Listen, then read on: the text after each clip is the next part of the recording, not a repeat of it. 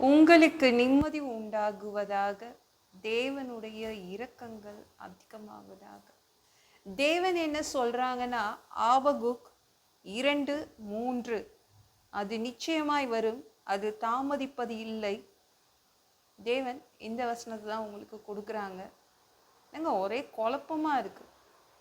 நான் எவ்வளோ நாளாக காத்துட்டு இருந்தேன், நடக்குமா நடக்காதா, எனக்கு எதுவுமே புரியல. எவ்வளோ நாள் தான் காத்துட்ருக்கிறது. இன்றைக்கு நடந்துடணும்னு நினச்சேன், ஆனால் நடக்கலை. இப்போ நடந்துடணும்னு நினச்சேன், அப்பவும் நடக்கலை. எனக்கு அதனால் ரொம்ப கஷ்டமாக இருக்குது. ஒரு மனசில் ஒரு குழப்பம் வருது. என்னுடைய வாழ்க்கையில் எந்த மாற்றத்தையும் நான் பார்க்க முடியல. என்னுடைய வாழ்க்கையில் எந்த அசைவும் அசையலை.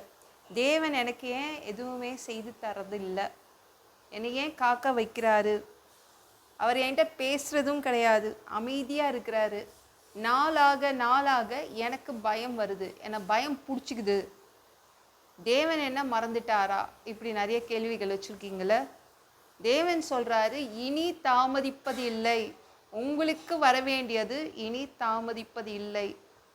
இவ்வளோ நாள் காத்துட்டு இருந்துட்டீங்க, இனிமேல் தாமதம் ஆகாது, நான் கொடுத்துடுவேன். நீங்கள் வெக்கப்பட்டு போக மாட்டீங்க அப்படின்னு தேவன் சொல்கிறாங்க. அப்பனா ஏன் இப்படி உட்கார வச்சிருக்காரு? ஏன் இப்படி வெறுமையாக உட்கார வச்சிருக்கிறாரு? எல்லாருக்கும் இந்த கேள்வி வருதுல்ல. இவ்வளோ நாளாக அங்கே உட்கார வைப்பாங்க.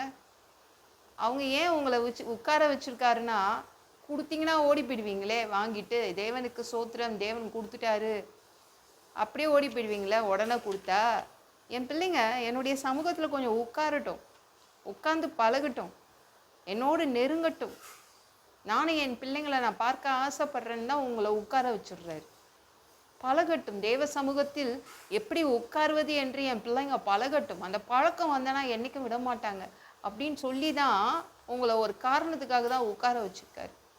இனி தாமதம் ஆகாது. ஏன்னா நீங்கள் உட்கார பழகிட்டீங்க, தேவ சமூகத்தில் உட்கார பழகிட்டீங்க. அதனால் இனிமே தாமதம் ஆகாது. சரிங்களா? ஆபிரகாம் கானானுக்கு போனால அந்த வருஷத்துலேயே ஈசாக்கை கொடுத்துருந்தா என்ன ஆயிருக்கும் நீங்களே யோசித்து பாருங்கள். ஆபிரகாமும் சாராலும் குழந்தைய தூக்கிட்டு போயிருப்பாங்க, அவங்க சொந்த நாட்டுக்கு ஓடி போயிருப்பாங்க. தேவனே இந்த கானான் நாட்டில் எதுவும் இல்லை, நாங்கள் கிளம்புறோம், குழந்தைய வளர்க்குறதுக்கே எதுவும் இல்லைன்னு ஓடி போயிருப்பாங்க. வந்த வருஷமே ஈசாக்கை கையில் கொடுத்துருந்தா இவங்க 2 பேரும் ஓடி போயிருப்பாங்க. அதனால தான் தேவன் 25 வருஷம் உட்கார வச்சார். கானான் நாட்டை பழகு, என்ன என் சமூகத்தில் உட்காரு, என்ன புரிஞ்சுக்கோ அப்படின்னு தான் 25 வருஷம் அவங்க அதற்கு நாள் எடுத்தது. அதனால தான் தாமதமானது. ஏதோ ஒரு காரணத்துக்காக உங்களை உட்கார வச்சுருக்காரு. என் பிள்ளைங்க அப்போ ஏதாவது ஒரு காரணம்னா தான் என்னை பார்க்க வராங்க, என் சமூகத்துக்கு அப்போ தான் வராங்க, இல்லைன்னா என் சமூகத்துக்கு வரதில்லை. அதனால தான் இந்த தாமதம். இனிமேலாம் நீங்கள் தான் பழகிட்டீங்களா? தேவனை விட்டு போவீங்களா? ஏதாவது கொடுத்துட்டாருன்னா ஓகே நாங்கள் கிளம்புறோன்னு போயிடுவீங்களா?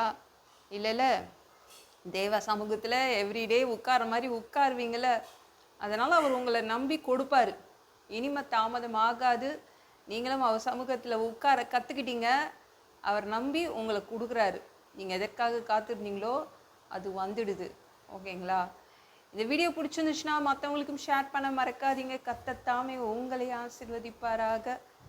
ஜெபம் பண்ணலாமா?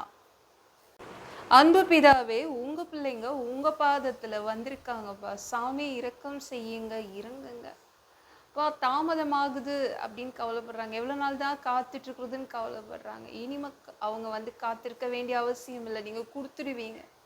உங்கள் பிள்ளைங்க உங்கள் சமூகத்தில் உட்காரதுக்கு கற்றுக்கிட்டாங்கப்பா. அதனால் நீங்கள் தாமதம் இல்லாமல் கொடுத்துட்றீங்க. நன்றி.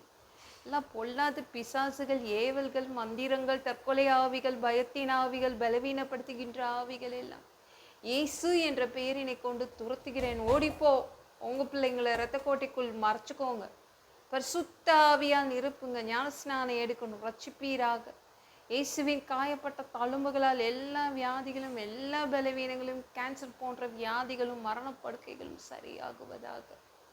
பரம்பரை வியாதிகள் சரியாகுவதாக. ஒரு மனிதனாக பிறந்தா ஜீவ புஸ்தகத்தில் பேர் இருக்கணும். அப்படி இல்லைன்னா அந்த மனுஷனை பிடிச்சி நீங்கள் நரகத்தில் தள்ளிடுவீங்க. தீ எரிக்கிற இடத்துல எப்படி போய் வாழ்றதுப்பா? பரலோகத்துக்கு வர்றதுக்கு தான் ஆசைப்படுறோம். அடித்து உதச்சி திருத்தி எங்களை பரலோகத்துக்கே அனுப்பிடுங்க.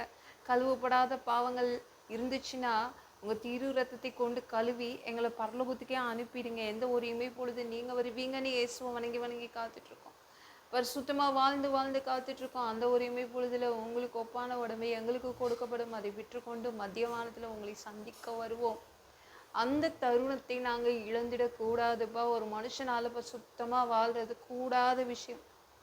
அதற்கும் உங்கள் உதவி கேட்டு வந்து நிற்கிறோம் அப்பா. 7 வருட பிசாசு நடத்தும் ஆட்சியில் விட்டுட்டு போயிடாதீங்க. அந்தி கிறிஸ்து நடத்தும் ஆட்சியில் விட்டுட்டு போயிடாதீங்க. 1000 வருடம் இந்த பூமியை ஆட்சி செய்வதற்காக வருவீங்க.